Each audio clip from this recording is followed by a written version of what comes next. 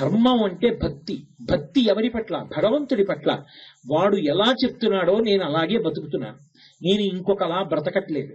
నేను అలాగే బ్రతుకుతున్నప్పుడు నన్ను వాడెందుకు కాపాడడు? నా ధైర్యానికి కారణం వాడు, నేను ఇలా బ్రతకడానికి కారణం వాడు. వాడు ఉన్నాడని నేను నమ్మి నిలబడ్డాను. వాడు నన్ను అన్యాయం చేస్తాడా? వాడు నన్ను అన్యాయం చేయడు. ఈ ధైర్యం ఉన్నవాడే ఏ స్థానంలో కూర్చున్నా సరే ఆ స్థానానికి న్యాయం చేయగలడు. అందుకే భక్తి మౌఢ్యం కాదు, భక్తి ధర్మము. ఇది మీరు బాగా గుర్తుపెట్టుకోవాలి. భక్తి పూజ గదికి మాత్రమే పరిమితమైతే మౌఢ్యం. భక్తి ధర్మముగా విస్తరించినది పండినటువంటి భక్తి. అందుకే భక్తి వీరికి పనికొస్తుంది, వీరికి పనికిరాదు అని సిద్ధాంతం చేయకూడదు. అందరికీ భక్తి కావాలి. భక్తి అంటే ధర్మం.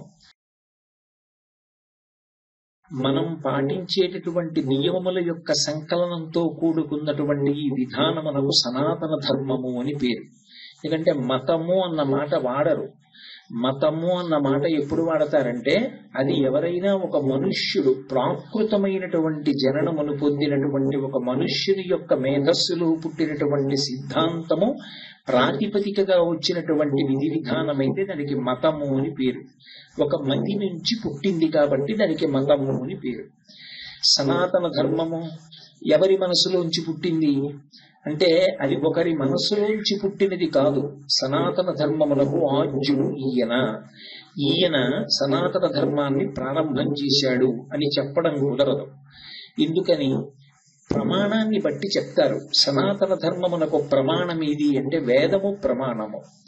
వేదము ప్రమాణమైతే ఆ వేదాన్ని చెప్పిన వాడెవరు అంటే వేదమును చెప్పినవాడు ఒకడు, వేదం ఒకటి అని చెప్పకూడదు. వేదమే పరమేశ్వరుడు, పరమేశ్వరుడే వేదము. పరమేశ్వర ప్రోక్తము వేదమైతే పరమేశ్వరుడికి వేదానికి అభేదం. అందుకే వాళ్ళిద్దరికీ భేదం చెప్పరు. వేదమే ఈశ్వరుడు, ఈశ్వరుడే వేదము. అదే ఆది, అదే అనాది. అంతకన్నా ముందెవరున్నారు అంటే అంతకన్నా ముందొకరున్నారు అని చెప్పడానికి ఆధారం లేదు. అందుకే సనాతన ధర్మము అన్నారు. సనాతనము అన్న మాటకు అర్థం ఏమిటంటే అతి ప్రాచీనమైనది. ఎప్పుడు ఇవన్నీ మొదలయ్యాయని నువ్వు అనుకుంటున్నావు? పూర్వజ అంటారు లలితా సహస్రంలో వ్యాసుల వారు. పూర్వజ అంటే మీరేది చెప్పండి, దానికన్నా ముందు ఆవిడుంది, ముందు పుట్టింది. అలా ఈ సృష్టికి అంతటికీ మొదట ఆయన ఉన్నాడు. ఈ సృష్టి నిర్వహింపబడుతున్నప్పుడు ఆయన ఉన్నాడు. ఈ సృష్టి అంతా మహాప్రళయంలో లయమైపోయినప్పుడు ఆయన ఉన్నాడు. లోకంబులు లోకేశులు లోకస్తులు తెగిన తుది అలోకంబగు పింజీకటి కావల ఎవ్వండి ఏకాకృతి వెలుగు అతని వేసి వింటున్నంటారు పోతన గారు. ఈ లోకాలు లోకస్తులు లోకేశులు కూడా ప్రళయంలో ఆ ప్రళయ జలాలలో కలిసిపోయిన తరువాత కటిక చీకటిలో ఇక సూర్యచంద్రుల యొక్క ప్రకాశము కూడా ఆగిపోయినప్పుడు నతత్ర సూర్యోభాతి చంద్రతారకం నేమా విద్యుతో భాతి గతో యమగ్ని తమేవ భాంతమనుభాతి సర్వం తస్య భాషా సర్వమిదం విభాతి ఏంటుంది ఉపనిషత్తు. సూర్యచంద్రుల యొక్క ప్రకాశము అవసరము లేకుండా తనంత తాను కోటి సూర్యుల పరిధి ప్రకాశించేటటువంటి స్వయం ప్రకాశకుడైనటువంటి పరమాత్మ ఎవరున్నాడో ఆయన అప్పుడూ ఉంటాడు. ఈ సృష్టి ప్రారంభము ఆయన నుంచే. అదే కుంభకోణం క్షేత్రం. మొట్టమొదట ఈ సృష్టికి సంబంధించినటువంటి అమృత బీజములుంచబడినటువంటి ఘటము ఒక కుండ మేరు పర్వతం మీద కదులుతుంది ప్రవాహం యొక్క కాకిడికి. అది కదిలి ప్రవహిస్తూ వస్తే ఎక్కడ సృష్టి మొదలవ్వాలో అక్కడ పరమశివుడు బాణం విడిచిపెట్టి కుండ బదల కొడతాడు. అప్పుడు మొట్టమొదట అమృతంలో తడిసినటువంటి బీజములు భూమిలోకి వెడతాయి. అప్పుడు సృష్టికి పూర్వం అసలు సృష్టి జరిగినప్పుడు ప్రాణులకు పెట్టవలసిన అన్నాన్ని ఉత్పత్తి చేస్తాడు ఈశ్వరుడు. అది వికసనం అంటారు. అయోమయావస్థ ఉండదు. ఒక సృష్టి చేసే ముందు సృష్టింపబడిన ప్రాణి తినడానికి కావలసిన అన్నాన్ని ముందు సృష్టిస్తాడు. అదే కుంభకోణం. అందుకే ఇప్పటికీ కుండ ఆకృతిలో ఉంటాడు అక్కడ పరమశివుడు. అందుకే ఆయనే అందరికన్నా మొదటివాడు. ఆయన కన్నా ముందెవ్వరు ఉండరు. లోకములు వెళ్ళిపోయినా ఆయన మాత్రం అలాగే ఉంటాడు. మహాప్రళయ సాక్షిని అమ్మవారు కూడా ఆయనలోకి వెళ్ళిపోతుంది. ఆయన ఒక్కడే. అందరూ వెళ్ళిపోయినా ఆ పరమేశ్వరుడు ఒక్కడే మిగిలిపోతాడు. అలా మిగిలిపోయేటటువంటి వాడు అందరికన్నా ముందున్నవాడైనటువంటి పరమేశ్వరుడు ఎవరున్నాడో ఆయన ఆది. ఆయన ఊపిరి అభేదం. ఆయన ఊపిరి ఆయన వాక్కు కాబట్టి వేదమునకు ఆయనకు అభేదం. ఆయన మొట్టమొదటి వాడు, అన్నిటి తర్వాత ఆయనే ఉంటాడు. ఆయనతో పాటు ఉండేది వేదం. ఆ వేదము ఈ ధర్మమునకు ప్రమాణం. అందుకని దీనికి పేరేమి అంటే హిందూ మతము అంటూ ఉంటారు. కానీ హిందూ మతము అనేటటువంటిది మనకి వైదికంగా వచ్చినటువంటి పేరు కాదు, సనాతన ధర్మము. ఏదీ లేనప్పుడు మొట్టమొదట ఈశ్వరుడితో పాటు ఏ ధర్మం ప్రారంభమైందో అదే సనాతన ధర్మము. అందుకే దీనికి వేదం ప్రమాణం. వేదము ప్రమాణ వాక్కు. ఆ వేదము చేత చెప్పబడినదేదో అది ధర్మము. సనాతన ధర్మంలో ఏది ధర్మము అన్న విషయాన్ని ఎవరు నిర్ణయించాలి అంటే శాస్త్రమే నిర్ణయిస్తుంది. తస్మాత్ శాస్త్రం ప్రమాణంతే కార్యాకార్య వ్యవస్థితౌ. శాస్త్రము అన్న మాటకు అర్థం శాసనాత్ శంసనాత్ ఇది శాస్త్ర. నిర్భయంగా ఇది ఇలాగే ఉండాలి అని ఎవరు చెప్తారో దానికి శాస్త్రం అని పేరు. ఆ శాస్త్రము ఈశ్వర వాక్కు, దానికే వేదము, వేదశాస్త్రములు అంటారు. అందుకే ఆ వేదము చేత చెప్పబడినదేదో అది ధర్మము. అయితే ఏమండి మరి మేము వేదం చదువుకోలేదు, మేము వేదం వినలేదు అంటే మాకు అసలు ధర్మం తెలియనట్ట అంటే ఇంకొక మెట్టు కిందకొచ్చారు. కిందకొచ్చి ఏది ధర్మమో తెలుసుకోవాలి అంటే స్మృతి ప్రమాణం అన్నాడు. శృతేరివార్థం స్మృతిరన్వగచ్చత్ అంటాడు కాళిదాసు రఘువంశంలో. ఆవు వెంట దూడ ఎలా వెళ్ళిపోతుందో స్మృతి శృతి వెనకాతల అలా వెడుతుంది. శృతి అంటే వేదం. వేదంలో ఏం చెప్పారో వాటిని మనం పాటించడానికి వీలుగా ముఖ్యమైన విషయాల్ని తీసి సంకలనం చేస్తాడు ఋషి. ఏ ఋషి అలా సంకలనం చేశాడో ఆయన పేరు మీదుగా ఆ స్మృతి వస్తుంది. యాజ్ఞవల్కుడు రూపకల్పన చేశాడనుకోండి, సంకలనం చేస్తే యాజ్ఞవల్క్య స్మృతి అంటారు. అలాగే అత్రి మహర్షి చేస్తే అత్రి స్మృతి అంటారు. ఏ మహర్షి అలా సంకలనం చేశాడో ఆయన పేరు మీద స్మృతి ఉంటుంది. స్మృతిలో కొత్తవి చెప్పరు, వేదంలో ఉన్నవే చాలా తేలికగా శ్లోక రూపంలో ఇస్తారు. నాకు స్మృతులు కూడా తెలియవండి అంటే పురాణం. భూతద్దం పెట్టి వేదంలో ఉన్న విషయాన్ని స్మృతిలో ఉన్న విషయాన్ని పురాణం చెప్తుంది. పురాణం అని నేను అన్నప్పుడు మీరు ఒక విషయం బాగా పట్టుకోవలసి ఉంటుంది. పురాణము వేరు, చరిత్ర వేరు. చరిత్ర ఎక్కడ వరకు మాట్లాడుతుందంటే ఒక పేరు పెట్టబడినటువంటి ఒక శరీరం ఎప్పుడు పుట్టింది, ఎలా పెరిగింది, ఎంతకాలం ఉంది, ఎప్పుడు పడిపోయింది, అక్కడ వరకే చరిత్ర మాట్లాడుతుంది. పురాణం అలా మాట్లాడదు. పురాణము జీవుడి గురించి మాట్లాడుతుంది. ఏ కారణం చేత ఒకడు తరించగలుగుతున్నాడు, ఒకడు ఇది సత్యం అనుకుని పట్టుకున్నవాడు చిట్ట చివరికి ఎన్ని కోట్ల జన్మలు అడుక్కిపోతున్నాడు. ఇది పురాణము నిరూపణం చేసే కథారూపంలో మాట్లాడుతుంది. కానీ ఒకటి గుర్తుపెట్టుకోవాలి, పురాణము ఎప్పుడూ కూడా కల్పింపబడిన కథ కాదు. అందుకే భారతము ఒక పేరు, రామాయణము ఒక కావ్యానికి పేరు, భాగవతము ఒక పురాణానికి పేరు. కానీ రామాయణానికి, భారతానికి, భాగవతానికి, స్కాందానికి, అగ్నిపురాణానికి అన్నింటికీ కలిపి ఒకటే పేరు, ఇతిహాసము. ఇతిహాసము అంటే ఇతిహాసం, ఇది ఇట్లే జరిగినది. ఇందులో కవికి మనసుకి తట్టినటువంటి ఒక విషయాన్ని కల్పించి చెప్పలేదు, యథార్థముగా జరిగినది మాత్రమే చెప్పాడు. అందుకే మీరు సనాతన ధర్మానికి సంబంధించిన వాంగ్మయాన్ని పరిశీలిస్తే మీకు ఒక అద్భుతం కనపడుతుంది. అందుకే రామాయణం అంతా చెప్పేశాక చివర కొన్ని మాటలుంటాయి, ఇది ఇట్లే జరిగినది. ఈ రామాయణాన్ని ఎక్కడ ఎవరు కూర్చుని విన్నప్పటికీ 33 కోట్ల మంది దేవతలతో కలిపి శ్రీ మహావిష్ణువు, పితృదేవతలు కూడా సంతోషిస్తున్నారు. అందుకని అందరూ గట్టిగా అనండి, బలం విష్ణోః ప్రవర్ధతాం అని పూర్తి చేస్తారు రామాయణాన్ని. కారణం అది అట్లే జరిగినది, అది జరగని కథ కాదు, యథార్థముగా జరిగినది. ఇక అందులో ఆక్షేపించడానికి ఏమి ఉండదు. నేను ఒకప్పుడు ఎక్కడో స్కాంద పురాణంలో ఒక విషయం జరిగా, ధర్మరాజు గారు శివలింగాన్ని ప్రతిష్ఠ చేశాడు, దాని మించి ఆ గోమతి నది ప్రవహించి వెళ్ళిపోయింది, ఇప్పటికీ ఆ శివలింగం నీటిలో ఉంది. ఆ ధర్మరాజు గారు ప్రతిష్ఠించిన లింగమైన కారణం చేత, ధర్మమునందు శివుడికి ఉన్న అనురక్తి చేత నందివాహనారూఢుడు అన్న మాటకు అర్థం ధర్మం ఎక్కి తిరుగుతాడని. అటువంటి వాడికి అనురక్తి కాబట్టి ఇప్పటికీ కూడా గోమతీ నది దగ్గరికి వెళ్లి శివలింగం ఉన్న చోట ఎవరైనా ఒక మారేడు దళాన్ని వేస్తే సృష్టికి విరుద్ధంగా లోపలికి వెడుతుంది అని చదివాను నేను. పురాణము ఇతిహాసం, ఇది ఇట్లే జరిగినది, అనుమానమేం అక్కర్లేదు అందులో. కాబట్టి ఇతిహాసం, శృతి స్మృతి తర్వాత ధర్మాన్ని చెప్పగలిగినది ఎవరు అంటే పురాణం. అందుకే ధర్మము నుంచి మనిషి జరిగిపోకూడదని దేవాలయాన్ని ఆధారం చేసుకుని సాయంకాలం వేళ ప్రవచనం చేసేవాడు.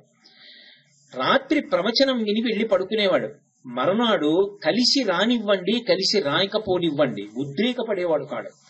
ధర్మం విడిచిపెట్టకుండా మనిషి బ్రతికేవాడు. అందుకే ప్రవచనాలన్నీ దేవాలయాల్లో జరుగుతుండేవి.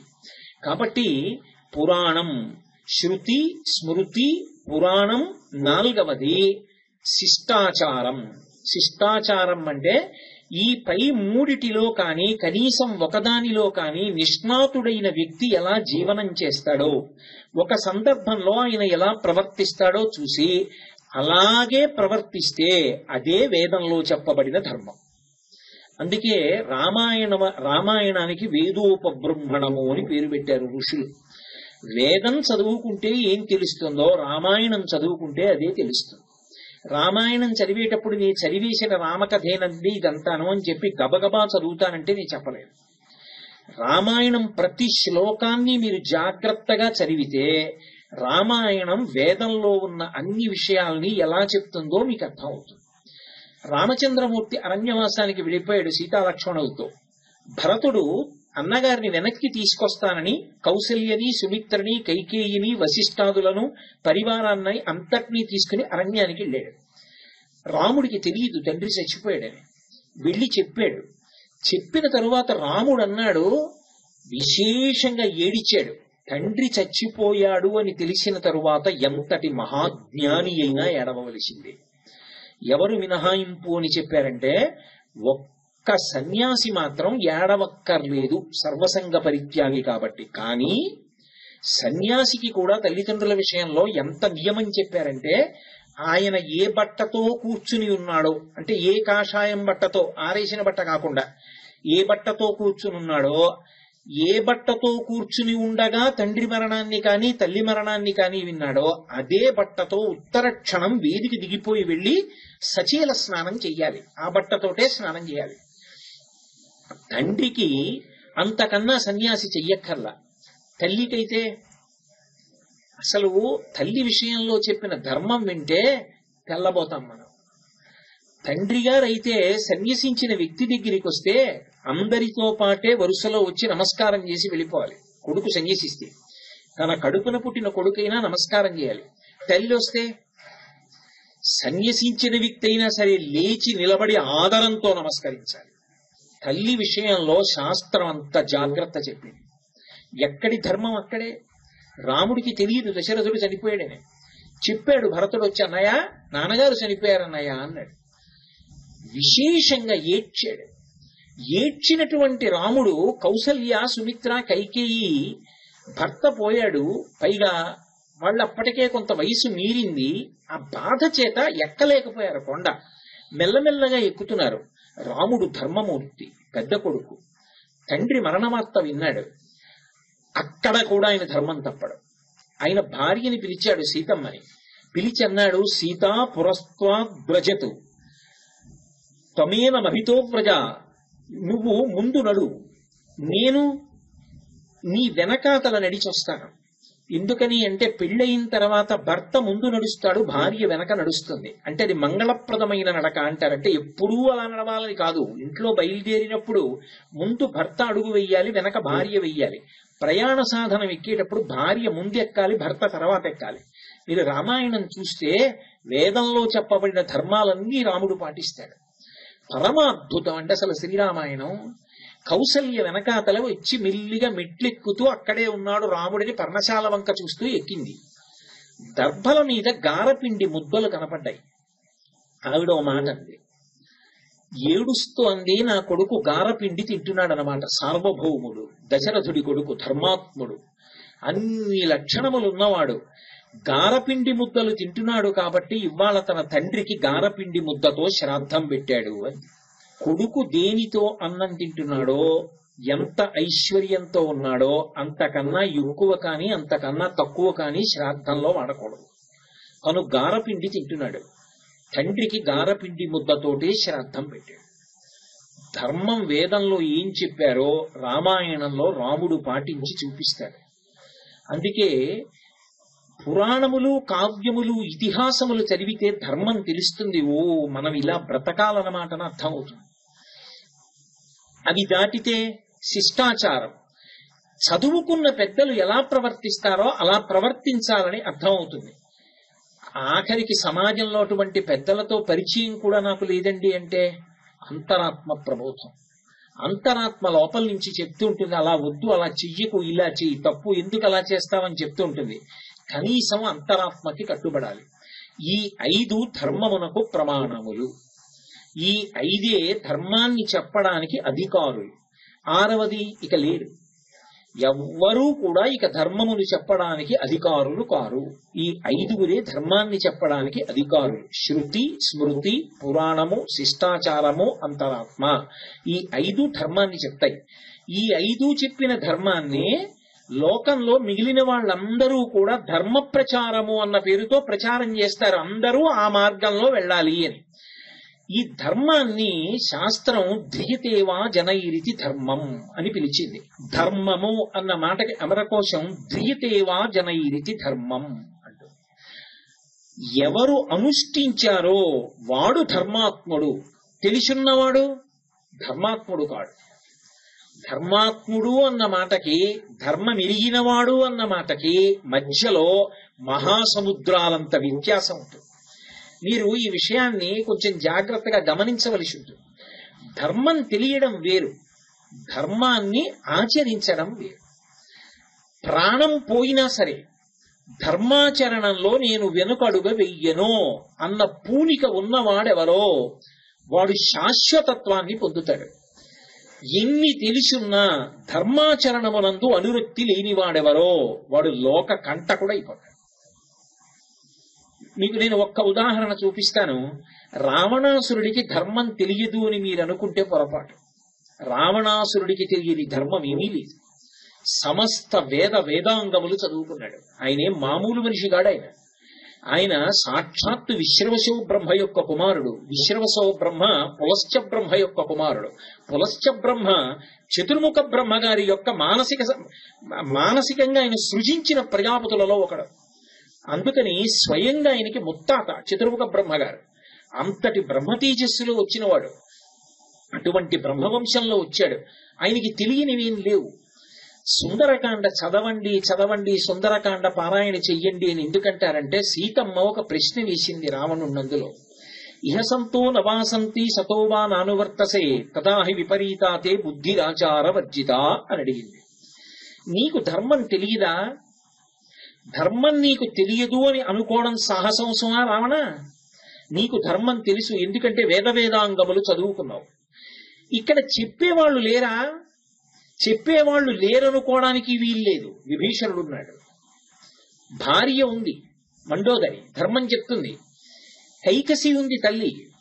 ఇంతమంది ఉన్నారు, నువ్వు వినవు. ధర్మాన్ని ఆచరించాలనేటటువంటి ఉత్సాహం నీకెందుకు లేదు? దీని పర్యవసానం ఏమిటో తెలుసా రావణ?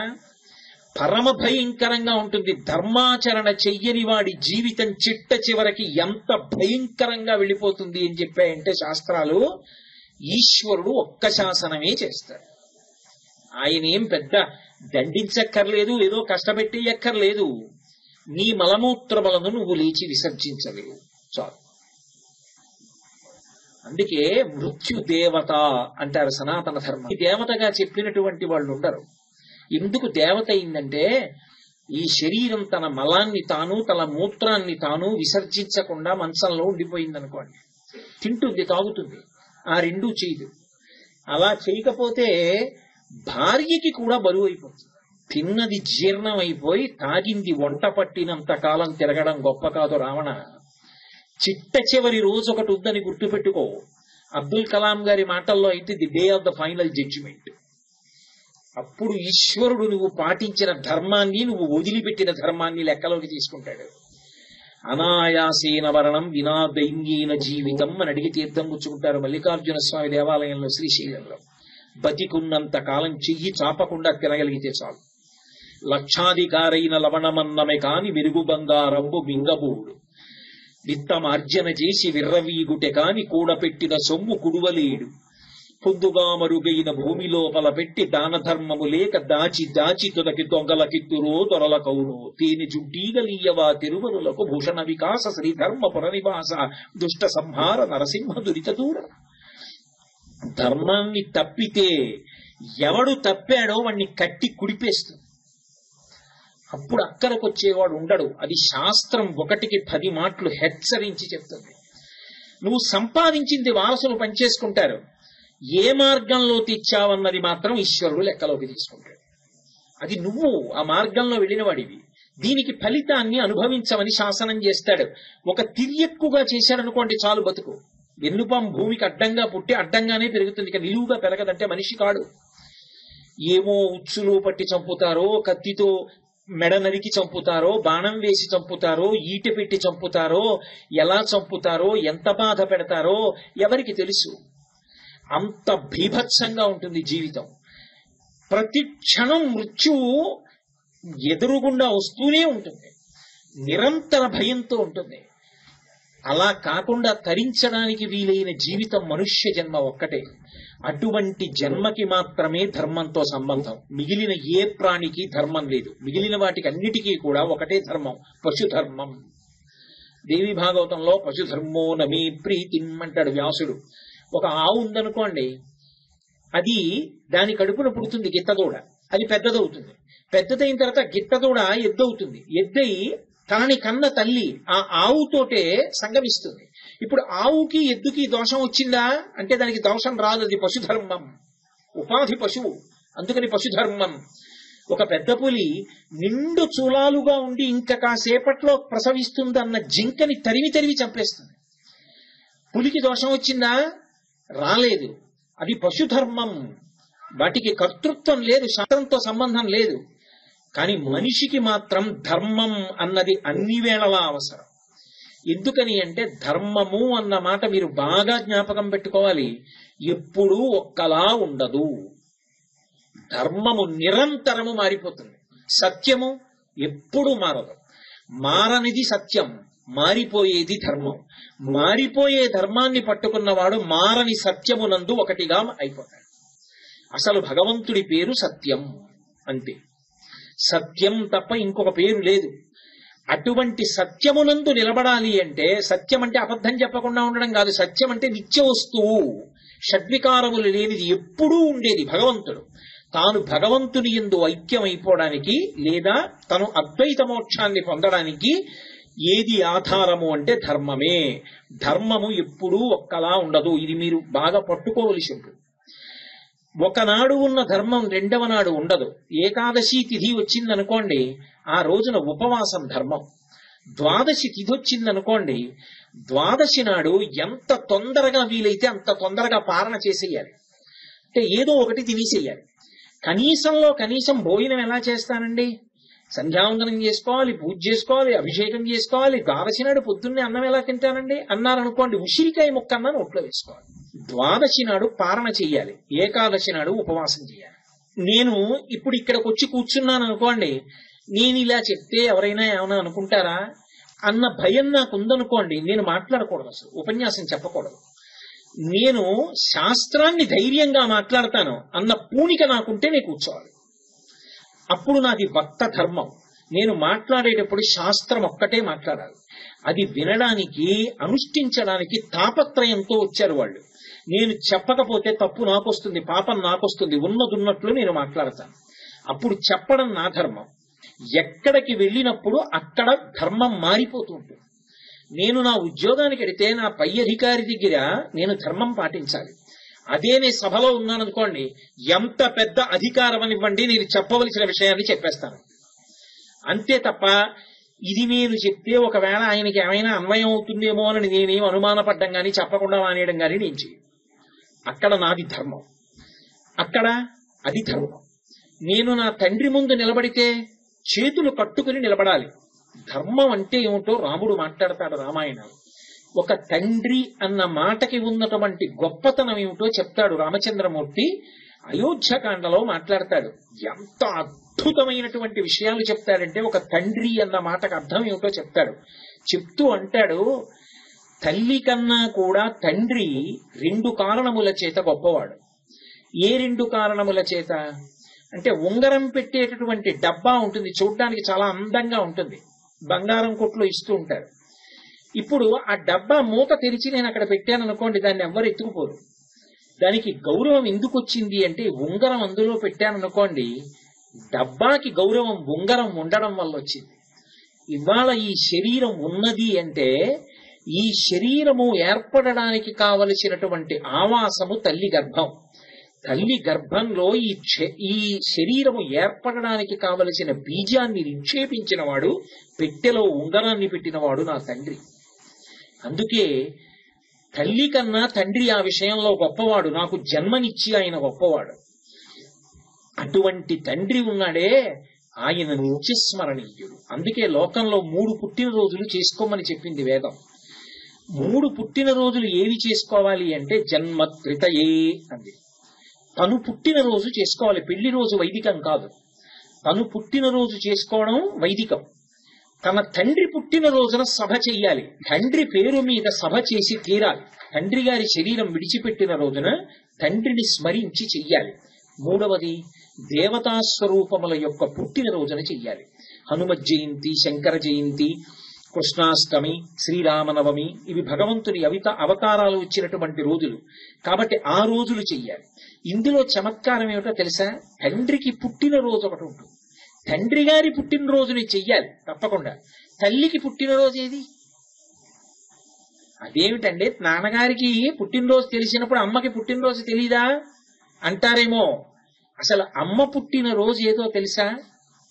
ఎంతమంది బిడ్డల్ని ఆవిడ కందో అంతమంది పుట్టినరోజులు అమ్మ పుట్టినరోజులు. ఎందుకనో తెలుసా? శాస్త్రం అలా ఎందుకు చెప్పిందో తెలుసా? ఆ పిల్లవాడు పుట్టినప్పుడు ఆమె బ్రతికుంటుందని నమ్మకం ఏం లేదు. ప్రసవ వేదనలో ఆమె వెళ్ళిపోవచ్చు, అది జనన మరణ సమస్య.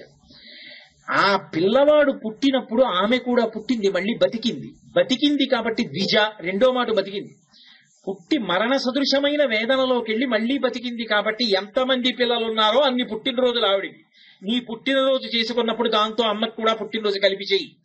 ఇవాళ నా పుట్టినరోజు అమ్మా అన్నవాడు కృతజ్ఞుడు, అమ్మా ఇవాళ మన పుట్టినరోజు అన్నవాడు కృతజ్ఞుడు. అందుకే తన పుట్టినరోజు కాదు, అమ్మకి కూడా పుట్టినరోజు. అమ్మ పొంగిపోయేది ఎందుకు అంటే, ఎంతమంది పిల్లలు ఉన్నారో అమ్మకి అన్ని పుట్టినరోజులు చేయమని చెప్పింది శాస్త్రం. తండ్రికి లేదు, తండ్రికి ఒక్కటే పుట్టినరోజు. అది తల్లి యొక్క గొప్పతనం. ఎంత అందంగా చూసిందో చూడండి శాస్త్రం దాన్ని. అందుచేత తల్లికి అన్ని పుట్టినరోజులు చేయమని. తల్లికి మొదటి నమస్కారం, మాతృదేవో భవ, పితృదేవో భవ, ఆచార్య దేవో భవ, అతిథి దేవో భవ అని ధర్మసోపానములు అంటారు. దీని మీద నేను విశాఖపట్నంలో ప్రసంగాలు కూడా చేశాను. అమ్మకి మొదటి నమస్కారం చేయమంది. మరి అదేమిటి, నాన్నగారు గొప్పవారైతే అమ్మకి మొదటి నమస్కారం ఏంటి? అమ్మకి మొదటి నమస్కారం చెయ్యండి అని ఎందుకన్నారంటే, అమ్మయే నాన్న ఎవరో చెప్తుంది. నాన్న ఎవరో లోకంలో బిడ్డకి పరిచయం చేసేది ఎవరంటే అమ్మ. ఎందుకు అమ్మ గొప్పదైందో తెలుసా? అమ్మ ఏ కష్టమున్నా సుఖమున్నా భర్తని మాత్రం విడిచిపెట్టదు భార్య. అమ్మా ఇవాళ నాకు కష్టం వచ్చిందని నువ్వు దశరథుడిని వదిలేస్తానంటున్నావే, నాతో వస్తానంటున్నావే. నిజంగా అలా ఎంత కష్టం వచ్చినా భర్తని విడిచి వెళ్లిపోయిన భార్య పట్ల లోకంలో ఎలా ఉండాలో తెలుసా అమ్మా? భర్తుక్కిల పరిత్యాగో నృశంసః కేవలం స్త్రియాః సభవత్యన కర్తవ్యం మనసాపి విగర్హితం. అటువంటి ఆడదాని ముఖం కూడా చూడకూడదమ్మా. అలా అవకు నువ్వు. నీకు నాకు గతి దశరథుడు, అది నువ్వు నాకు నేర్పిన పాఠం. అలాగే నడుద్దాం, అది ధర్మం. అందుకు అమ్మకి మాతృదేవోభవ మొదటి నమస్కారం. అయితే చిత్రం ఏమిటంటే, తండ్రి రుణం తీర్చేసుకోవచ్చు కొడుకు. ధర్మంలో అది పెద్ద విశేషం. తండ్రి రుణం నేను తీర్చేసుకుందాం అనుకున్నాడు అనుకోండి, ఒక కారణం చేత జన్మతః ఉన్న రుణం తీరిపోతుంది. తను కొడుకునికి అన్నాడు అనుకోండి పెళ్ళయి, పితృరుణం తీరిపోతుంది. అందుకే ఏ బట్టలు కట్టుకుని ఉండగా కొడుకు పుట్టాడన్న వార్త విన్నాడో ఆ బట్టలతోటే సచేల స్నానం కొంచెం పైనుంచి నీళ్లలోకి దూకాలి. ఆ నీళ్లు ఇలా పైకి లేవాలి. లేస్తే పితృదేవతలు చూసి పితృరుణం నుంచి విముక్తి చేస్తారు. కాబట్టి సచేల స్నానంతో కొడుకుని కన్నప్పుడు పితృరుణం తీరుతుంది. కాదు అసలు నాకు నిజంగా జన్మనిచ్చి ఇంత చేసినటువంటి తండ్రి గారి రుణం పూర్తిగా నేను తీర్చుకుందాం అనుకుంటే సౌత్రామణి అని ఒక యజ్ఞం ఉంది. ఆ యజ్ఞం చేస్తే పితృరుణం తీరిపోతుంది. అమ్మ రుణం వేదం మొత్తం మీద దానికి మార్గం లేదు. అమ్మ రుణం తీరదు అని చెప్పి, పైగా తండ్రికి పిండం పెడతారు, తల్లికి పిండం పెడతారు శరీరాలు విడిచిపెట్టేసిన తర్వాత. కానీ చిత్రం ఏమిటో తెలుసా, తండ్రికి పిండం పెడితే కొడుకుని కాబట్టి నాకు అధికారం ఉంది కాబట్టి నాన్నగారండి మీరు తినండి అని విడిచిపెడతాడు. ఈ బొటనవేలు మించి విడిచిపెడతాడు. ఇలా బొటనవేలు తిప్పి విడిచిపెడితే పితృదేవతలకి, ఇలా విడిచిపెడితే భిక్ష, ఇలా వేస్తే భగవంతుడికి పూజ. మీ చెయ్యి ఎటు తిరిగిందన్న దాన్ని బట్టి మీరేం చేస్తున్నారన్నది చెప్తారు తప్ప అన్ని వేళలా ఒకలా చేతి ముద్ర తిప్పకూడదు. కాబట్టి ఇలా అన్నారనుకోండి భిక్ష పెట్టారు అని గుర్తు, ఇలా ఇచ్చారనుకోండి ధార పోశారు అని గుర్తు, ఇలా అన్నారనుకోండి పూజ చేశారు అని గుర్తు. ఓంకారంతో ఇలా గుండెలకి చూపించి పడింది అంటే పూజ చేస్తున్నారని గుర్తు. ఇలా కుడి చేతి వైపు బొటనవేలు మించి పడితే పితృదేవతలకి తర్పణ చేశారని గుర్తు. అమ్మకి తర్పణ చేస్తే మాత్రం కొడుకు 12 మంత్రాలు చెప్తాడు. ఇవన్నీ ఏమిటో తెలుసా, రుణం తీరడానికి కాదు. ఇది ధర్మం, ఇది భారతీయత. అమ్మ రుణం నీకు తీరదు కానీ ఎందుకు పిండం పెడుతున్నావో గుర్తు తెచ్చుకోబెట్టాను. యాంత్రికంగా పెట్టకు. వాయుపురాణంలో 12 శ్లోకాలు ఇచ్చారు. ఆ 12 శ్లోకాలు చెప్పి పిండం విడిచిపెడతారు అమ్మకి. అందులో అమ్మ బాధ అంటే ఏమిటో చెప్పుకొస్తారు. చెప్పుకొస్తూ పిండం పెడతారు. నిజంగా ఆ శ్లోకాలు చదువుతుంటే ఆ ఒళ్ళు జలధరిస్తూ, పులకరించడం కాదు జలధరిస్తూ, వా మా అమ్మ ఇంత కష్టపడిందా అనిపిస్తుంది. అందులో ఒక్కొక్క శ్లోకం చెప్తారు. అందులో అంటారు, అమ్మా యావత్ పుత్రో నభవతి తావత్ మాతృశ్చ చింతనం తస్య చింత నిష్క్రమణార్థాయ మాతృపిండం దదామ్యహం అంటారు. అమ్మా నీకు పెళ్ళయింది, నాన్నగారు చాలా మంచివారు, నిన్ను గుండెల్లో పెట్టుకు చూసుకునే వ్యక్తి, గొప్ప ఐశ్వర్యం. అయినా అమ్మ నువ్వు సంతోషంగా ఉన్నావా? కొడుకు పుట్టలేదే, కొడుకు పుట్టలేదే, కొడుకు పుడితే వంశం పెరుగుతుందే, పాపం పిచ్చి ఆయన వంశం కోసం నన్ను చేసుకున్నాడే, ఒక్క కొడుకు పుడితే ఆయన ఎంత మురిసిపోతారో, వృద్ధాప్యంలో చెయ్యి వేసుకోవడానికి అక్కడికి వచ్చేవాడే కొడుకు అని. అమ్మ నేను పుట్టలేదు పుట్టలేదు పుట్టలేదని అన్నీ ఉన్నా చింతపడ్డావు. యావత్ పుత్రో నభవతి తావత్ మాతృశ్చ చింతనం తస్య నిష్క్రమణార్థాయ. అమ్మా నువ్వు నా కోసం పొందిన చింత నేను పుట్టాలని అంత ఏడిచావు. ఇన్నున్నా కూడా అమ్మా నీకు నేనేమిచ్చి రుణం తీర్చుకోను? నేను పుడితే మురిసిపోయావా? మాతృపిండం దదామ్యహం, అందుకు పెడుతున్నానమ్మా ఈ పిండం. నేను పుట్టక ముందు నేను పుట్టాలని నువ్వు పొందిన ఆర్తికి పెట్టాను.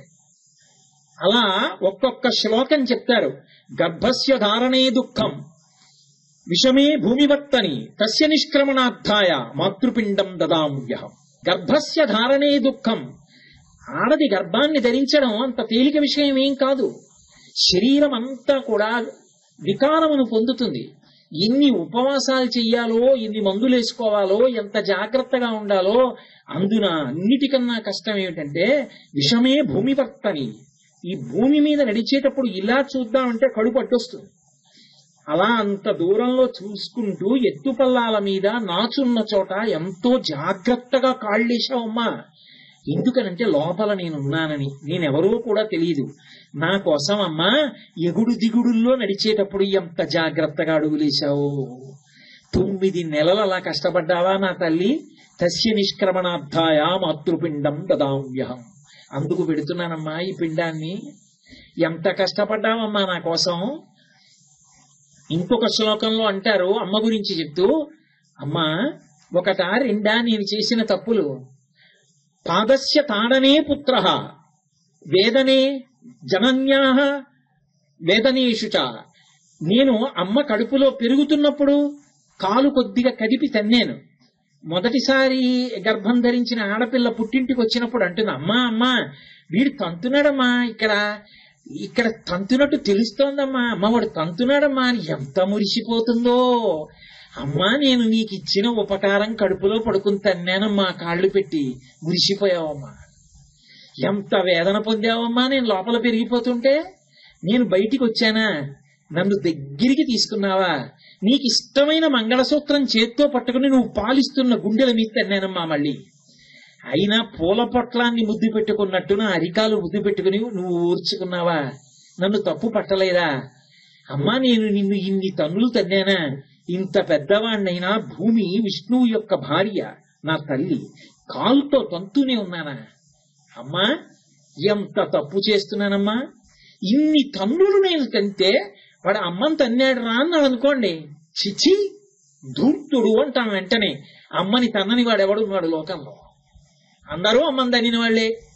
కడుపులో తన్నాం మురిసిపోయి, బయటికి వచ్చి తన్నాం పరవశించిపోయి. అమ్మ వేదనా ప్రసవేషుచ, లోపల నేనున్నప్పుడు ఎంత బాధపడ్డావమ్మా. వంగలేక, నడవలేక, నించోలేక, కూర్చోలేక, చెమటలు పట్టి, ఆపసోపాలు పడి, నొప్పులుస్తుంటే, నిన్ను తీసుకెడుతుంటే, భర్త వంక ఆర్తితో చూసి ఏమో వస్తానో రానో, తల్లిదండ్రుల వంక చూసి కన్న తండ్రి బెంగ పెట్టుకుంటే, నిజంగా లోపలికి వెళ్ళిపోయిన తర్వాత బిడ్డ క్యారు అన్నప్పుడు స్పృహొస్తే ఇంత నిద్రపోయి ఇంత బాధ పొందినా అమ్మా నన్ను తడిని మురిసిపోయావా. మాతృపిండం దదామ్యహం, నేనేం చేయనమ్మా, ఒక్క పిండం పెడుతున్నాను. శ్లోకాలు చదువుతుంటే కళ్ళంబట నీళ్లు వస్తాయి.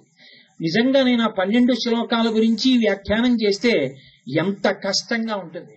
మాసి మాసి కృతే కష్టం వేదనా ప్రసవేషుచ తస్య నిష్క్రమణార్థాయ మాతృపిండం దదామ్యహం. నెలకి నెల నెలకి నెల నెలకి నెల పెరుగుతోంది. అమ్మ బయట లోపల ఎన్ని కష్టాలు.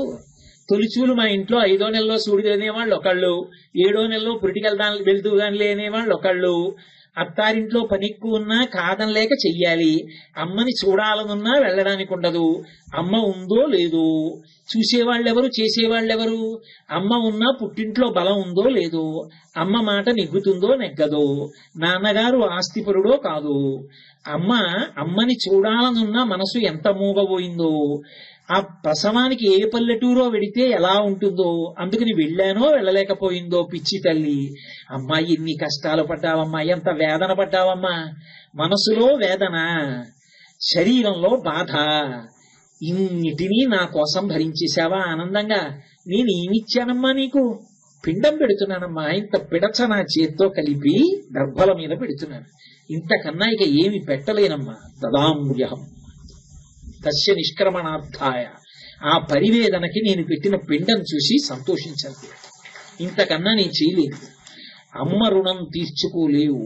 ఈ మాటని వాయుపురాణం 12 శ్లోకాలలో చెప్పింది. ఆడదాని గౌరవం అంటే ఎలా ఉంటుందో, స్త్రీ జన్మ వైశిష్ట్యం అంటే ఏమిటో, అమ్మతనం అంటే ఏమిటో అంత అద్భుతంగా వర్ణించారు. ధర్మం అంటే ధర్మమే. రాముడు లక్ష్మణస్వామితో మాట్లాడుతూ రామాయణంలో ఒక మాట అంటాడు, ఒరే ఇవాళ దశరథ మహారాజు గారు రాజ్యం ఇవ్వలేదా, అందుకు ఏమంటున్నావు? గురోరప్యవలిప్తస్యా కార్యాకార్యమజానతః ఉత్పదం ప్రతిపన్నస్యా కార్యం భవతి శాసనం.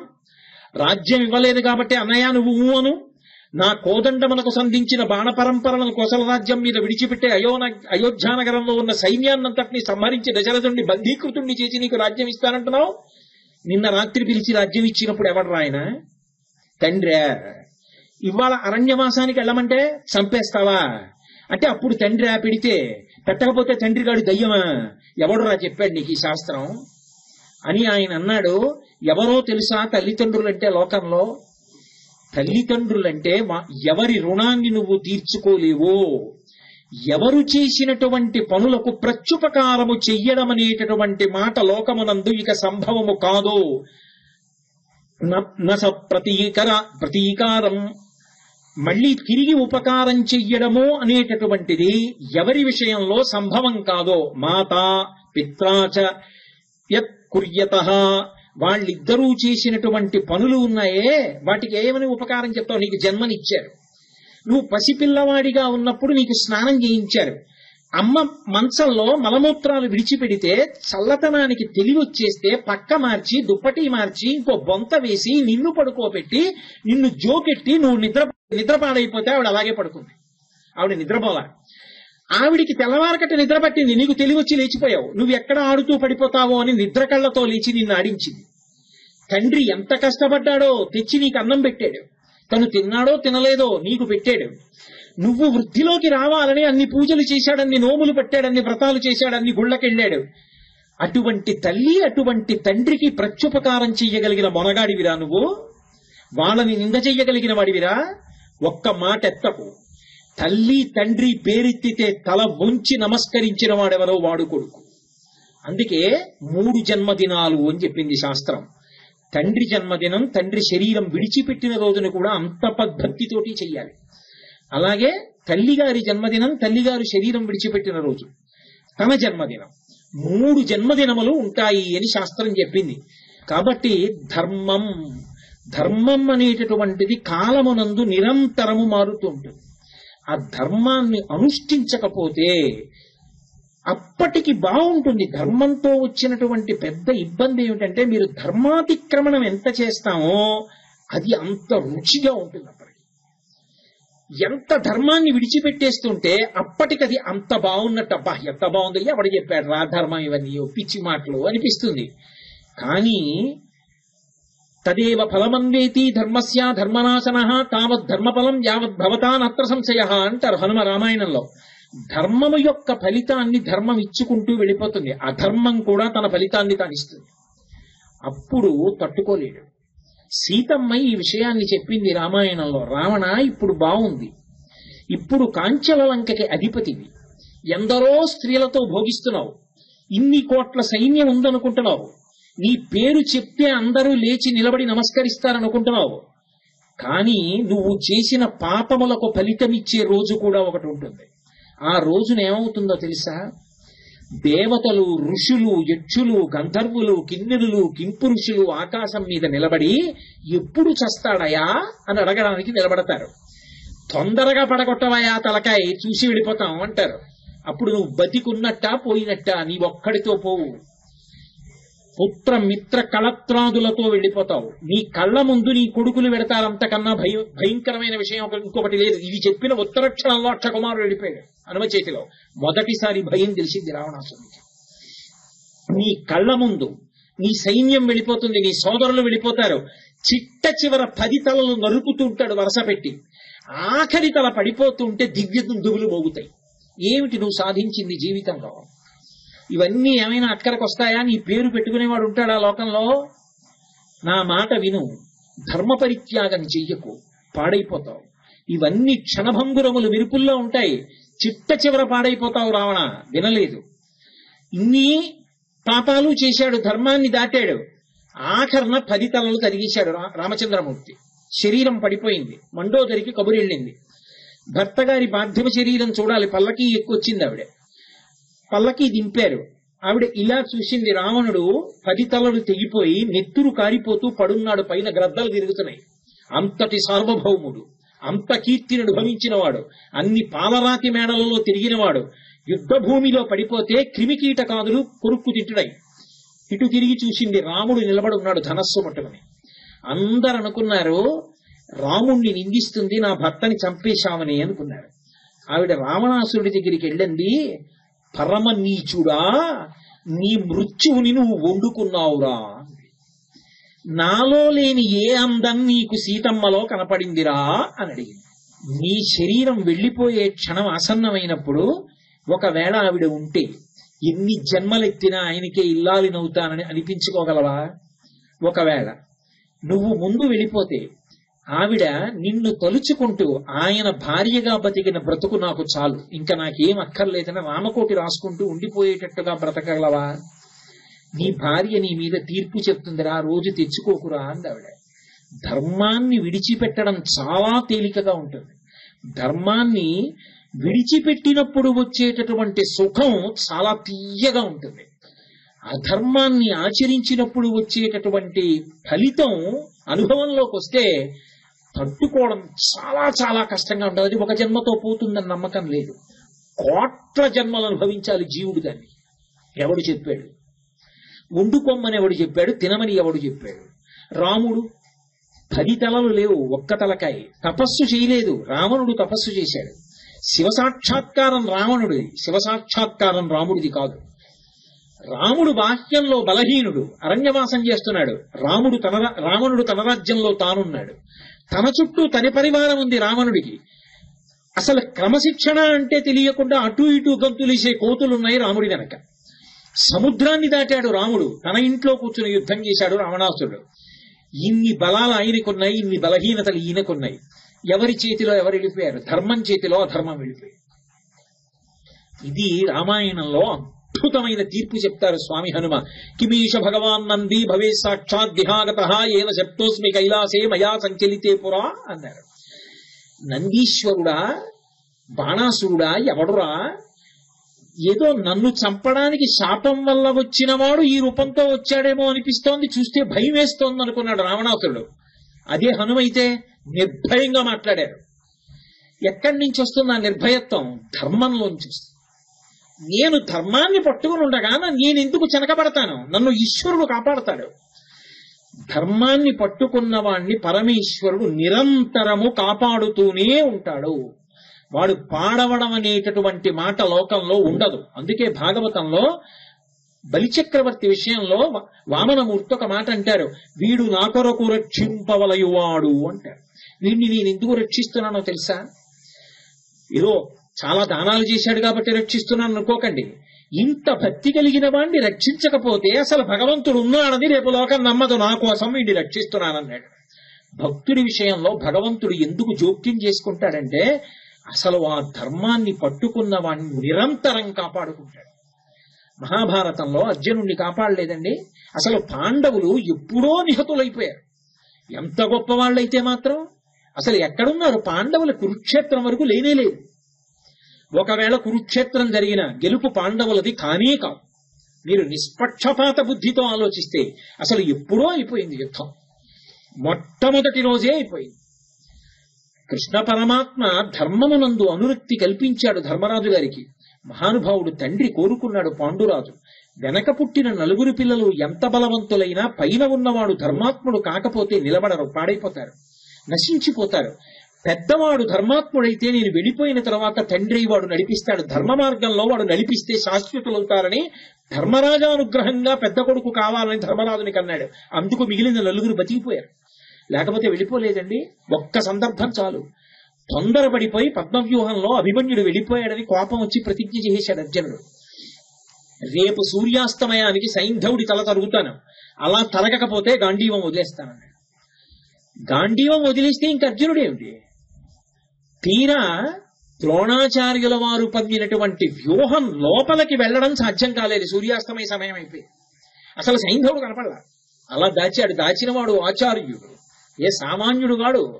లోపలికే వెళ్ళలేదు అర్జునుడు, ఎక్కడో ఉన్నాడు ఇంకా సైంధవుడు. అయిపోయింది, నీరసపడిపోయాడు. అయిపోయింది సూర్యాస్తమయం, ఇక దొరకడు సైంధవుడు. ఎదురుగుండా పైగా గురువు ద్రోణుడు ఉన్నాడు. చేత ధనస్సున్నంత కాలం ద్రోణుణ్ణి గెలవగలిగిన వాళ్ళు లేరు. ఆయనే చెప్పేశాడు మొట్టమొదటి రోజున, ఎందుకురా బెంగ పెట్టుకుంటావు? ఎన్నడూ మాట తప్పని వాడు, నా మనసు బద్దలైపోయే మాట చెప్తే ధనస్సు వదిలేస్తా, అప్పుడు చంపాలి తప్ప చేతిలో ధనస్సు ఉండగా 33 కోట్ల మంది దేవతలు వచ్చినా నన్ను నిగ్రహించాలని చెప్పాడు. ఎలా? మహానుభావుడు కృష్ణుడు ఉన్నాడు కాబట్టి ఒక మాయాతిమిరాన్ని సృష్టించి నల్ల మబ్బు సూర్యుడికి అడ్డెళ్ళింది, చీకటి పడిపోయింది. సూర్యాస్తమయం అయిపోయింది. అమ్మయ్య అర్జునుడు గాంధీ వదిలేస్తే చాలని చూస్తున్నాడు సైంధవుడు. గభాల్లో ఓ ఏనుగు పైకెక్కి రిక్కించి చూశాడు. చూసి సూర్యాస్తమయం అయిపోయింది, ఇంకా నేను బతికిపోయినట్టేనా అని పెద్ద అరుపరిచాడు. వెంటనే కృష్ణ పరమాత్మ చూసి, అడిగో సైంధవుడు, వెయ్యి బాణం అన్నాడు. బాణం వేశాడు. అధర్మ యుద్ధం అయిపోవట్లా, మాయాతిమిరాన్ని తొలగించాడు. అది నిజమైనటువంటి మేఘం కాదు. ఆ మేఘం తప్పుకుంది, సూర్యుడు ప్రకాశించాడు, కంఠం తెగిపోయింది. సైంధవుడు మరణించాడు. కానీ వెంటనే కృష్ణుడు అన్నాడు, ఆ తల కింద పడకూడదు. పాశుపతాస్త్రం ప్రయోగించి బంతులాడుతూ మిగిలిన వాళ్ళతో యుద్ధం చేయాలి. పాశుపతాస్త్రాన్ని ప్రయోగించి దాన్ని బంతులాడుతూ అలా యుద్ధం చేస్తూనే ఉన్నాడు. బావా ఎంతసేపు ఇలా బంతులాడాలని అడిగాడు. ఇప్పుడు పాశుపతాస్త్రాన్ని అభిమంత్రించి సంకల్పం చేయి. ఎక్కడో హిమాలయ పర్వతాల్లో ఉన్నటువంటి గుహలో ఈ సైంధవుడి తండ్రి తపస్సు చేస్తున్నాడు. ఆయన ఒక వరం కోరాడు. ఈ పిల్లవాడి తల ఎవడు కింద పడిపోయేటట్టు చేస్తాడో వాడి తల 100 వ్రక్కలైపోవాలని వరం అడిగాడు. ఇప్పుడు నీ వల్ల తల కింద పడిపోతే నీ తల 100 వ్రక్కలైపోతుంది. ఈ తల ఆయన ఒళ్ళోనే పడేటట్టు కొట్టు. తపస్సులో ఉన్నాడు, ఒళ్ళో పడగానే కళ్ళు విప్పుతాడు. కొడుకు తల ఏమో తెలియదు, బాణాలతో కొట్టి కొట్టి ఆడావు కదూ, నెత్తుటి ముద్ద చూసి అబ్బో తలని కింద పడేస్తాడు. ఎవరి కింద పడేశాడో వాడి తల 100 వక్కలవుతుంది. వరం అడిగినందుకు ఆ తండ్రి తలే పగిలిపోతున్నాడు. ఇప్పుడు పాశుపతాస్త్రంతో కొట్టిన తల వెళ్ళి ఒళ్ళో పడింది. సైంధవుడి తండ్రి కింద పడేశాడు. వెంటనే సైంధవుడి యొక్క తల 100 రెక్కలైంది. అయి ఆ సైంధవుడి తండ్రి మరణించాడు, సైంధవుడు మరణించాడు, అర్జునుడు బతికాడు.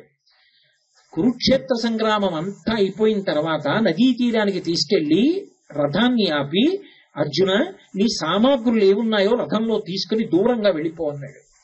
అన్నీ తీసుకుని దూరంగా వెళ్ళి నించున్నాడు. ఏం బావా అన్నాడు. చెప్తానుగా వెళ్ళు. వెళ్ళిపోయాడు.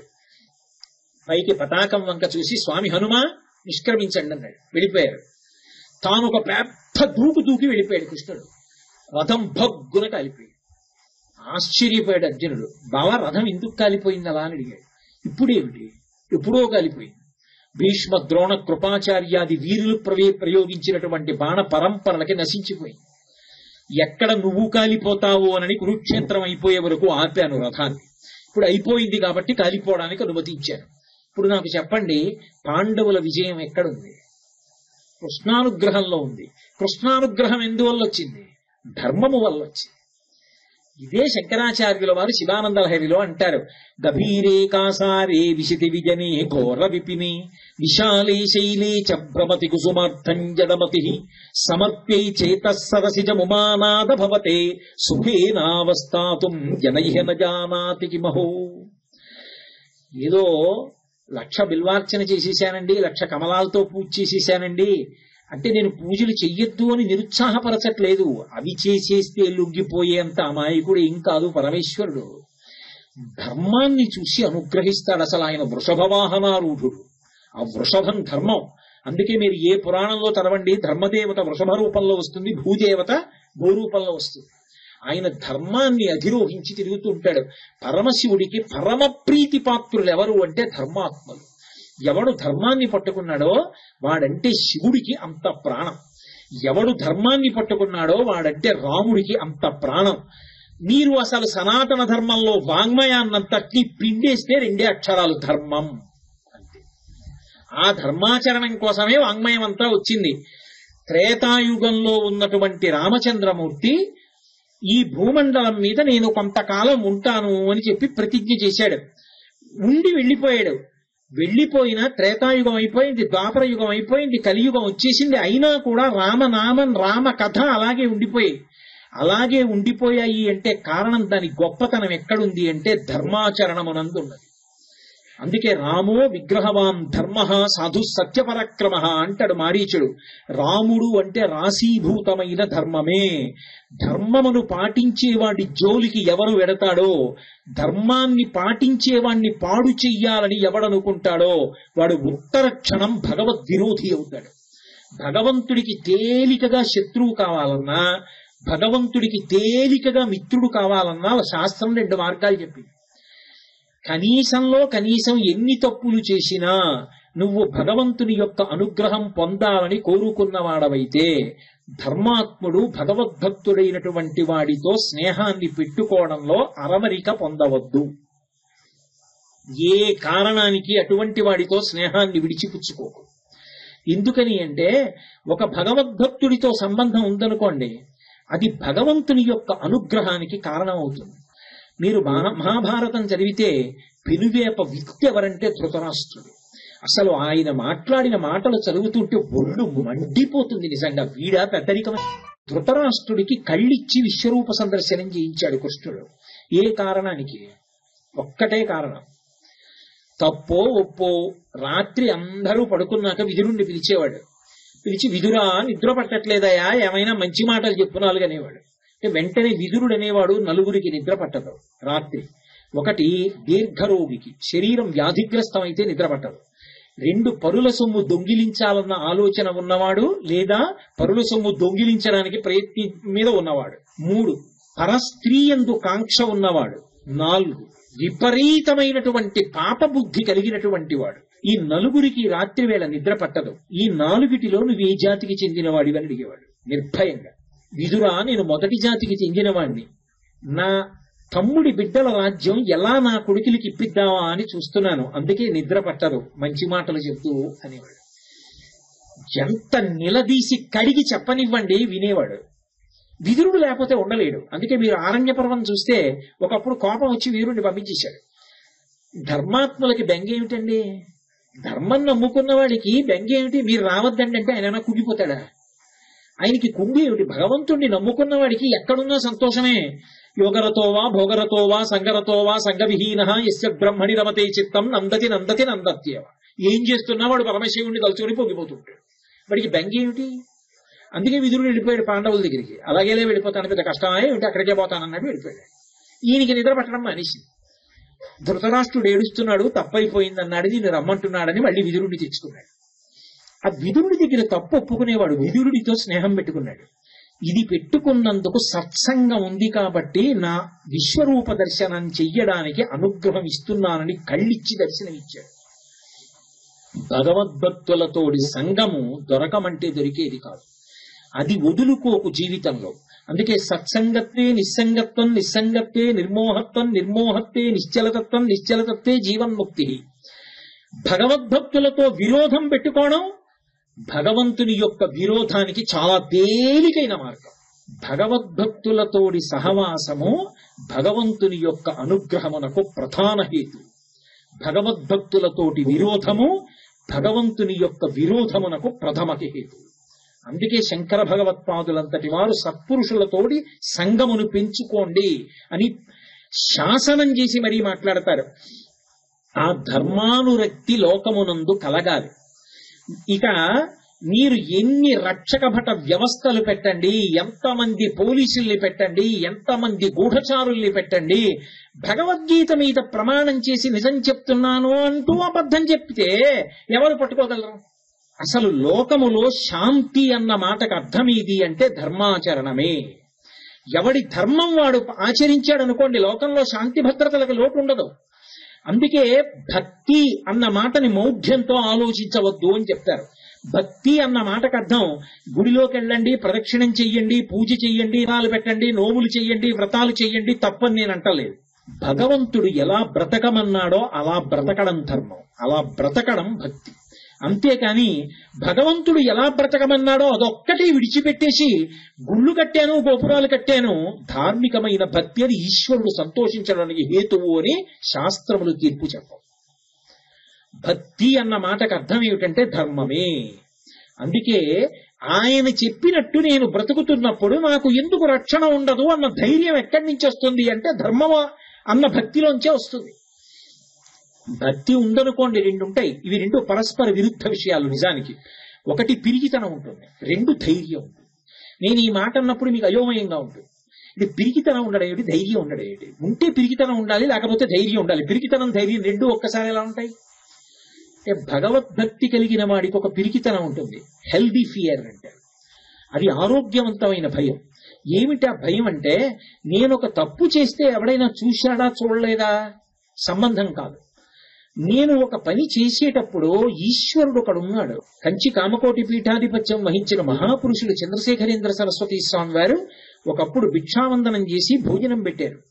పెడితే వారు భిక్ష స్వీకరిస్తూ ఒక పప్పు అన్నం నోట్లో పెట్టుకుని అన్నారు. వంటవాడి వంక తిరిగి, పప్పు చాలా బాగుంది, ఏం పప్పు అయ్యా అని అడిగారు. తోటకూర పప్పు అన్నాడు. రెండో రోజు కూడా అదే పప్పు వేశాడు, మూడో రోజు అదే పప్పు వేశాడు, నాలుగో రోజు అదే పప్పు వేశాడు. ఆయన అడిగారు, రోజు తోటకూర ఎక్కడిది అని అడిగారు. మీకు తోటకూర పప్పు ఇష్టమని చెప్పాను, శిష్యులు మోపులు మోపులు తెస్తున్నారు అన్నారు. ఆహా అంతే అన్నారు ఆయన. ఆ మరునాడు ఆయన్ని భిక్షావందనం చేసి పిలిచారు భిక్షకి. ఆయన తిన్నగా గోశాలలోకి వెళ్లి గోమూత్రాన్ని ఆచమనం చేసి గోమయాన్ని తీసి నాలుక మీద రాసుకుని వెళ్ళిపోయారు. ఇవాళ భిక్ష చేయట్లేదు అన్నారు. ఒక రోజు అయిపోయింది, 2 రోజులు అయిపోయింది, 3 రోజులు అయిపోయింది, 4 రోజులు అయిపోయింది. భిక్ష చెయ్యవలసిన వేళకి గోశాలకు ఎడుతున్నారు, గోమూత్రం ఆచమనం చేస్తున్నారు, గోమయాన్ని నాలుక మీద రాసుకుంటున్నారు, వెళ్ళిపోతున్నారు. శ్రీకార్యం అంటే పీఠం మేనేజర్ అనొచ్చేమో. ఆ శ్రీకార్యం గబగబా వెళ్లి సాష్టాంగం చేసి క్షమాపణ చెప్పాడు. ఏదో తప్పు జరిగింది, శ్రీవారు భిక్ష తీసుకోవట్లేదు, ఏం తప్పు జరిగింది మన్నించండి అన్నాడు. తప్పు నీ వల్ల జరగలేదు, వంటవాడి వల్ల జరగలేదు. నేను రేపు పొద్దున్న ఎక్కడికైనా వెళుతూ ఉంటే, ఏదైనా ఊరు వెడితే, నా సన్యాసాశ్రమ నామం చంద్రశేఖరేంద్ర సరస్వతి, చంద్రశేఖరేంద్ర సరస్వతి స్వాములారు వస్తున్నారనరు. నన్ను చూసి శంకరాచార్యులు వారు వస్తున్నారంటారు. ఈ వేషం కట్టినందుకు శంకరాచార్యుల వారికి ఇచ్చిన గౌరవం ఇచ్చి నేల మీద పడతారు. వేల మంది వచ్చి కూర్చుని నేను చెప్తున్న మాట వింటారు. ఇంద్రియాలకు బానిసల కండి అని చెప్పవలసిన నేను తోటకూర పప్పు రుచికి లొంగి ఏ పప్పు అని అడిగానే, రోజు పప్పు వేస్తున్నాడే, రేపు ఎక్కడికి వెళ్ళినా సాములారికి తోటకూర ఇష్టమని చెప్పి మోపులు తెచ్చి కొన్నాళ్ళకి అకాలంగా ఈ తోటకూర తేలాక చస్తున్నాం, ఇదే స్వాములారు అంటారే. శంకర భగవత్పాదుల పరువు నా నాలిక వల్ల పోలేదా? ఏ నాలుక రుచికి లొంగిందో దాన్ని 4 రోజులు గోమయంతో శుద్ధి చేసి, గోమూత్రంతో ఆచమనం చేసి శుద్ధి చేశాను. పొరపాటు నాది. ఇక పైన ఎప్పుడు రుచికి లొంగనన్నారు. Healthy fear. ఆ పీఠానికి ఆజ్యులైన శంకరుల పట్ల వారికి ఉన్న గౌరవం అటువంటిది. అందుకే అంత కీర్తి గణించారు మహానుభావుడు, అపరశివావతారం అయ్యారు. అది ధైర్యాన్ని ఇస్తుంది. ధర్మం అంటే భక్తి. భక్తి ఎవరి పట్ల? భగవంతుడి పట్ల. వాడు ఎలా చెప్తున్నాడో నేను అలాగే బతుకుతున్నాను, నేను ఇంకొకలా బ్రతకట్లేదు. నేను అలాగే బ్రతుకుతున్నప్పుడు నన్ను వాడెందుకు కాపాడడు? నా ధైర్యానికి కారణం వాడు, నేను ఇలా బ్రతకడానికి కారణం వాడు. వాడు ఉన్నాడని నేను నమ్మి నిలబడ్డాను. వాడు నన్ను అన్యాయం చేస్తాడా? వాడు నన్ను అన్యాయం చేయడు. ఈ ధైర్యం ఉన్నవాడే ఏ స్థానంలో కూర్చున్నా సరే ఆ స్థానానికి న్యాయం చేయగలడు. అందుకే భక్తి మౌఢ్యం కాదు, భక్తి ధర్మము. ఇది మీరు బాగా గుర్తుపెట్టుకోవాలి. భక్తి పూజ గదికి మాత్రమే పరిమితమైతే మౌఢ్యం. భక్తి ధర్మముగా విస్తరించినది పండినటువంటి భక్తి. అందుకే భక్తి వీరికి పనికొస్తుంది, వీరికి పనికిరాదు అని సిద్ధాంతం చేయకూడదు. అందరికీ భక్తి కావాలి. భక్తి అంటే ధర్మం. ఆ ధర్మం అందరి యందు పరిఢవిల్లిందనుకోండి, అదే అప్పుడు జీవితాలన్నీ శాంతియుతంగా ఉంటాయి. ఎవరి ధర్మాన్ని వాళ్ళు నిర్వర్తించారనుకోండి, ఆశ్రమాన్ని బట్టి ధర్మం ఉంటుంది. ఒక బ్రహ్మచారి బ్రహ్మచారిలా బతుకుతున్నాడు, గృహస్థులా బతుకుతున్నాడు, వానప్రస్థులా బతుకుతున్నాడు, సన్యాసి సన్యాసిలా బ్రతుకుతున్నాడు. ఎవరు ఏ ధర్మాన్ని నిర్వర్తించాలో ఆ ధర్మాన్ని వాళ్ళు నిర్వర్తిస్తున్నారు. సంఘర్షణలు ఎందుకుంటాయి? ఎందుకు గొడవలుంటాయి? ఎందుకు అంత రక్షకభట వ్యవస్థ అవసరం ఉంటుంది? ఉండదు.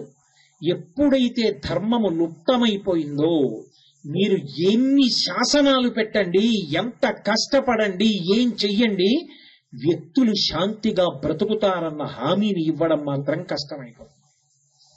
నేను ధర్మాన్ని విడిచిపెట్టేయడానికి సిద్ధపడిపోయాననుకోండి, నన్ను మించిన పెను ప్రమాదం మీ దగ్గర ఇంకొకటి లేదు. నేను రాత్రి రైలు ఎక్కాననుకోండి, ఇది ఏదో ఏసీ 2 టైరో ఏసీ ఫస్ట్ క్లాస్ లోనో వెళ్తున్నాను, క్యాబిన్ లో ఉన్నానని తలుపులు 2 దగ్గరికి వేసేసుకుని గడియ వేసేసి, ఓహో పెద్ద పందిరి పట్టు పంచంత బెర్త్ అని చెప్పి, ఉన్నది 4, అందరూ పెద్ద పెద్ద అధికారులే అయ్యి ఉంటారని పడుకున్నాను.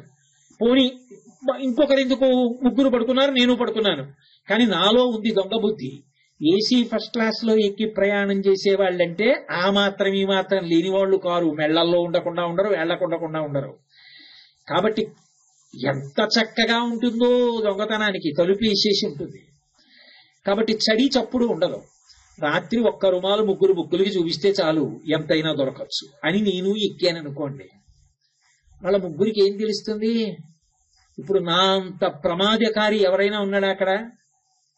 ధర్మాన్ని విడిచిపెట్టేయడం అన్నది ఎంత ప్రమాదానికి వెడుతుందో ఎవరూ చెప్పలేరు. అది ఎప్పుడు ప్రమాదాన్ని తెస్తుందో ఎవరూ చెప్పలేరు. ఎప్పుడు భద్రత కొంప ముంచేస్తుందో ఎవరూ చెప్పలేరు. అది ధర్మానికి కట్టుబడ్డవాడు అనుకోండి, వాడికి ఆకలిస్తోంది, తినడానికి లేదు, అడిగి తింటాడు. అయ్యా 2 రోజులు అయిపోయిందండి, చాలా ఆకలిస్తోంది, దయచేసి ఏమైనా కొద్దిగా పదార్థం పెట్టండి, కడుపు నింపుకుంటానని అడుగుతాడు తప్ప ధర్మాన్ని మాత్రం విడిచిపెట్టాడు. ధర్మం ఉందనుకోండి అందరూ శాంతిగా ఉంటారు. అందుకే లోకంలో అన్నిటికన్నా మహోపకారం ఏది అంటే ధర్మ ప్రబోధమే. ఈ లోకంలో ఎందుకు మహాత్ములు కూడా తమలో తాము రమిస్తూ ఉండిపోగలిగినటువంటి పెద్దలు ఎందుకు ప్రవచనం చేస్తుంటారు అంటే ధర్మాన్ని లోకంలో నిలబెట్టడానికి. ఆ ధర్మం నిలబడడానికి వ్యాస వాల్మీకాది మహర్షులు ఇంత వాంగ్మయాన్ని ఇచ్చారు. ఆ ధర్మమే శాంతికి, ఆ ధర్మమే ఉన్నతికి, ఆ ధర్మమే మోక్షానికి, ఆ ధర్మమే కీర్తికి, ఆ ధర్మమే తాను తరించడానికి, ఆ ధర్మమే తన ముందున్న వాళ్ళు తరించడానికి, తన వెనక వాళ్ళు తరించడానికి, ఈశ్వరుని యొక్క అనుగ్రహానికి, దేశ కీర్తి ప్రతిష్టలకు కారణమవుతుంది. ఈ దేశం గొప్పతనం అంతా దేనివల్ల వచ్చింది? ఏదో పెద్ద పెద్ద ఐశ్వర్యవంతుల వలన కాదు.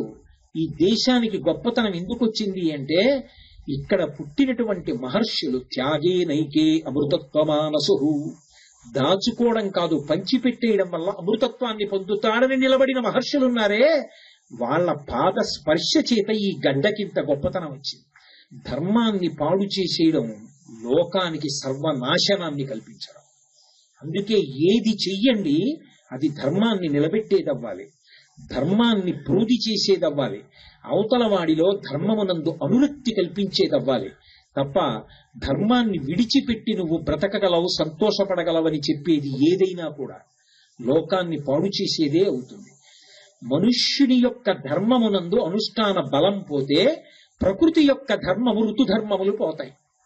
వర్షాకాలంలో వాన పడాలి, వసంత ఋతువులో వర్షం పడింది అనుకోండి, పంటకొచ్చినటువంటి పంట పొలాలు మునిగిపోతాయి. అంటే ఋతుధర్మం మారుతోంది. ఎందుకని?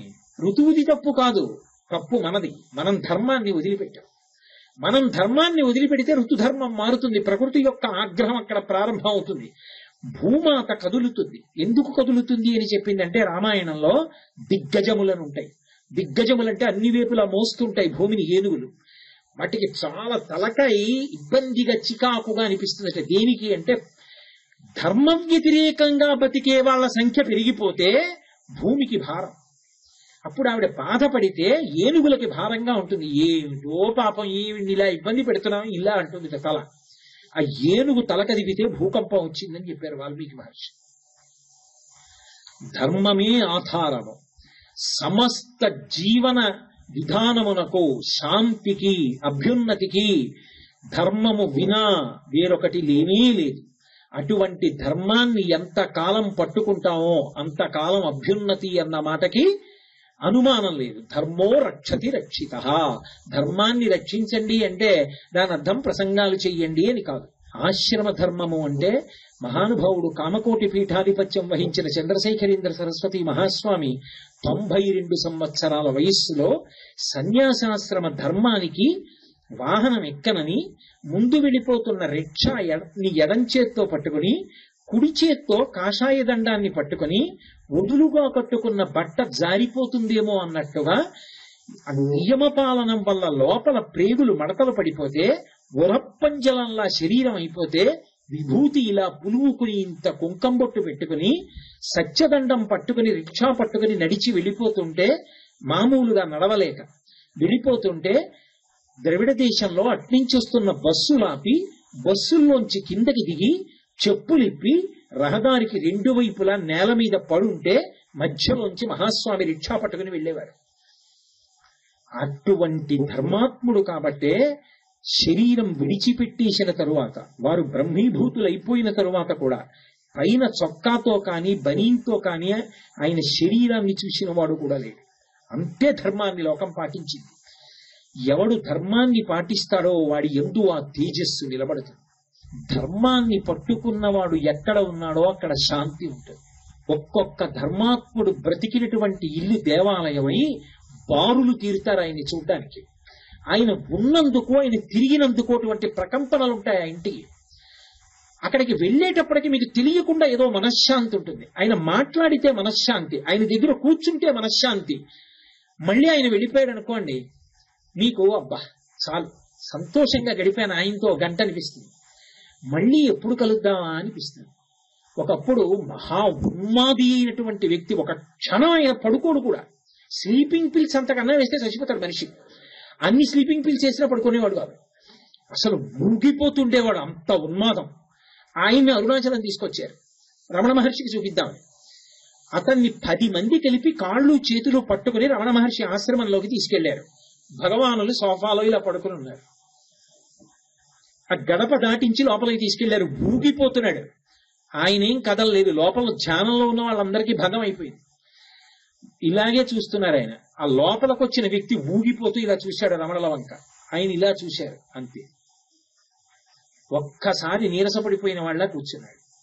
కూర్చుని అప్రయత్నంగా 2 చేతులు ఎత్తి ఇలా నమస్కారం చేస్తూ ఆయన వంక చూస్తూ అలా కూర్చున్నాడు. ఆ తర్వాత తీసుకొచ్చిన వాళ్ళు తెల్లబోయారు, వీడు పుట్టిలా ఎప్పుడూ కూర్చోలేదు. తర్వాత అక్కడి నుంచి తీసుకెళ్లిపోయి కారెక్కించారు.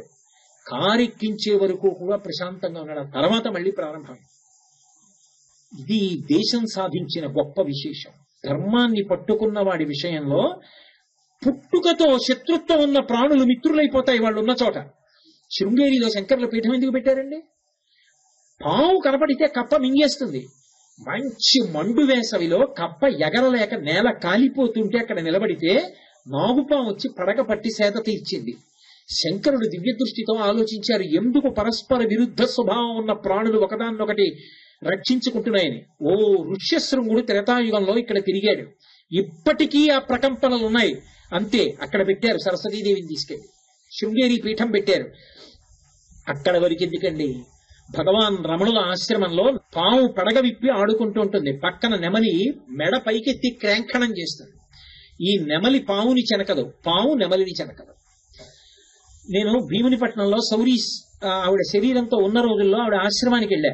చిన్ని చిన్ని పిల్లి పిల్లలు, పక్కన పెద్ద పెద్ద కుక్కలు, కోడి పిల్లలు, కుక్కలు, ఇవన్నీ కూడా కలిసి తిరుగుతూ ఉండేవి.